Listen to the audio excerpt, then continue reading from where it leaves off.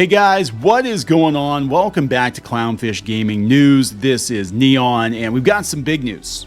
Very, very big news. Twitch is cutting 500 more employees. That's 35% of their staff.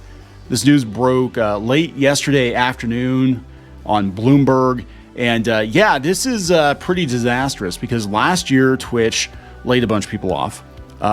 There was something going on with their revenue share with creators. They were really whacking the beehive with that. I think they went from, I want to say it was 70-30 down to 50-50, and a lot of people were upset. They went over to YouTube.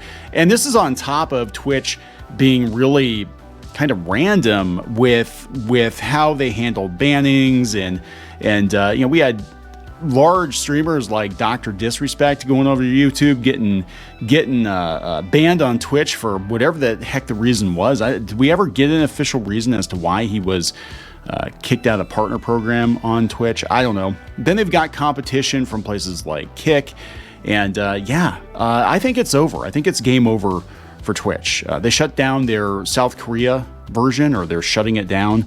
I don't think Amazon is in the Twitch business. So let's talk about this. If you guys haven't subscribed, if you haven't followed yet, please do so.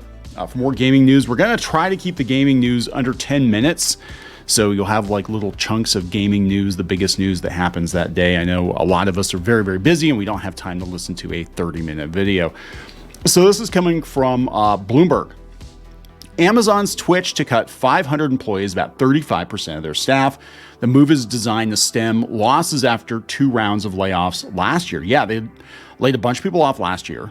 And I said that I thought Amazon was going to get out of the Twitch business. I thought that they really didn't know what to do with Twitch. It was kind of an outlier. It wasn't really turning a profit for them.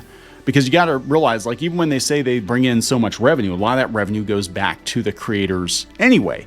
Plus, they have their operational costs, right? People said I was full of it.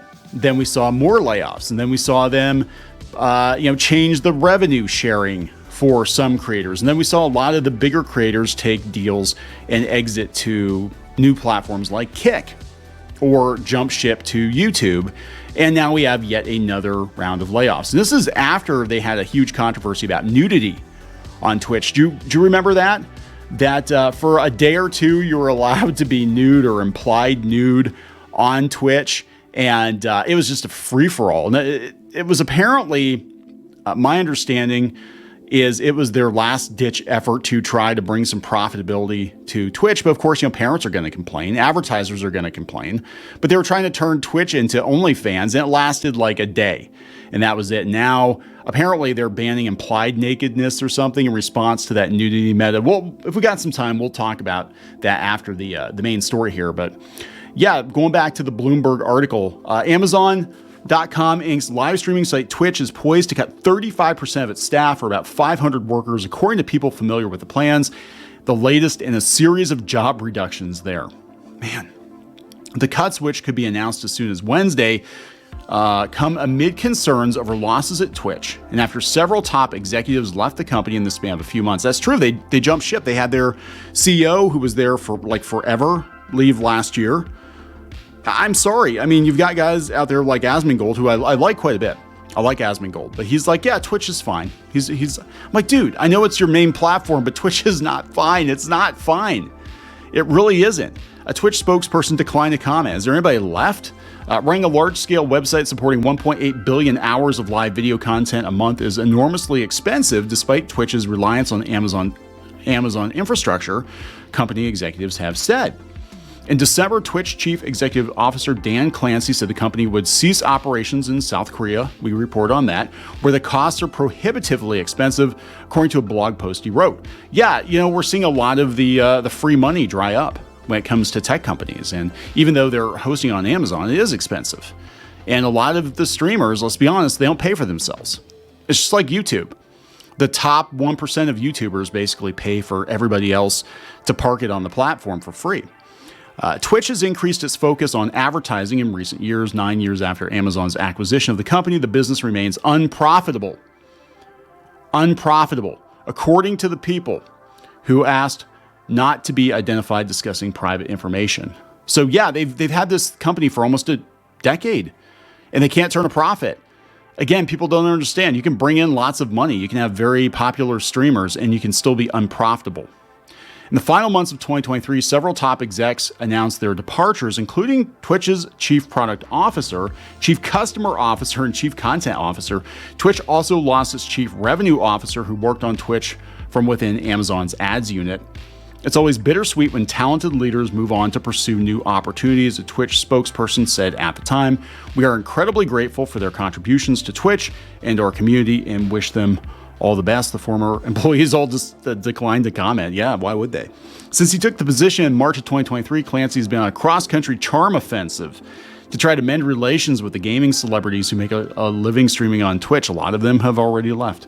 Many of them chafed at Twitch's original approach to ads, which the company reworked after criticism.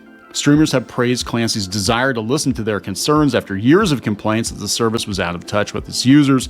It is, and so their solution was, of course, to add nudity to the platform to turn it into OnlyFans. The new chief has struggled to stem losses. Twitch undertook 2 rounds of layoffs last year, cutting over 400 positions. Now we're talking 500 people. The online retail giant initiated its biggest ever corporate job cuts in 2022. Yeah, so what they're doing is like, when you have a company the size of Amazon, right? Even if you're profitable, a lot of times you're not profitable enough. These corporations, they have shareholders they have to answer to. They want to be more and more profitable, always. And Twitch is a money-losing operation. They could take all those resources, all that money, and put it into something that's going to make them more money. Same thing happened with Comixology. I'm a huge digital comics fan, comic book fan, and Comixology basically shut down, and they're putting the comic books on Kindle because why do they need Comixology and Kindle? But it was another company that Amazon bought that they're just kind of, shutting it down. So yeah, this is not good. This is last year.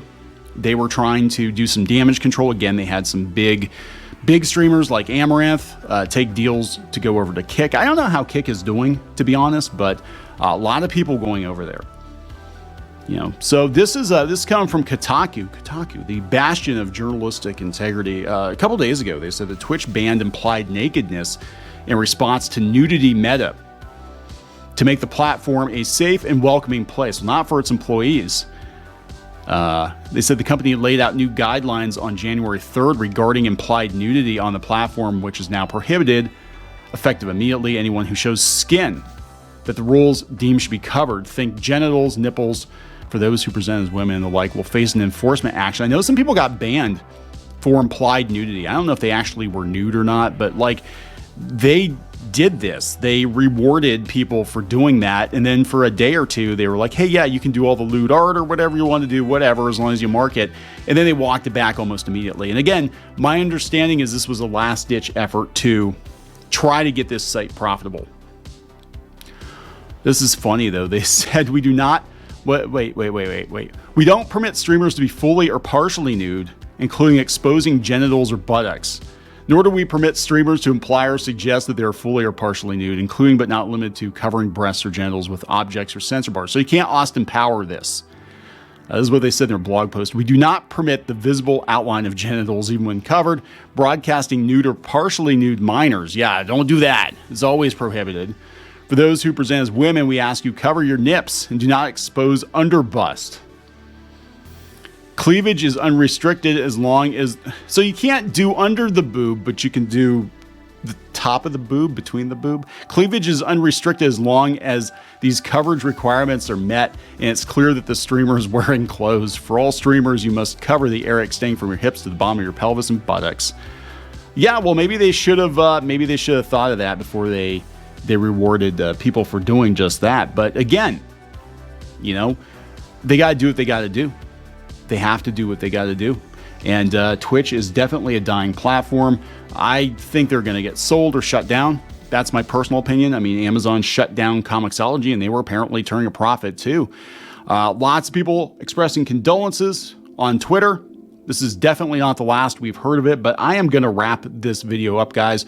Please subscribe. Check out clownfishtv.com. We'll talk later.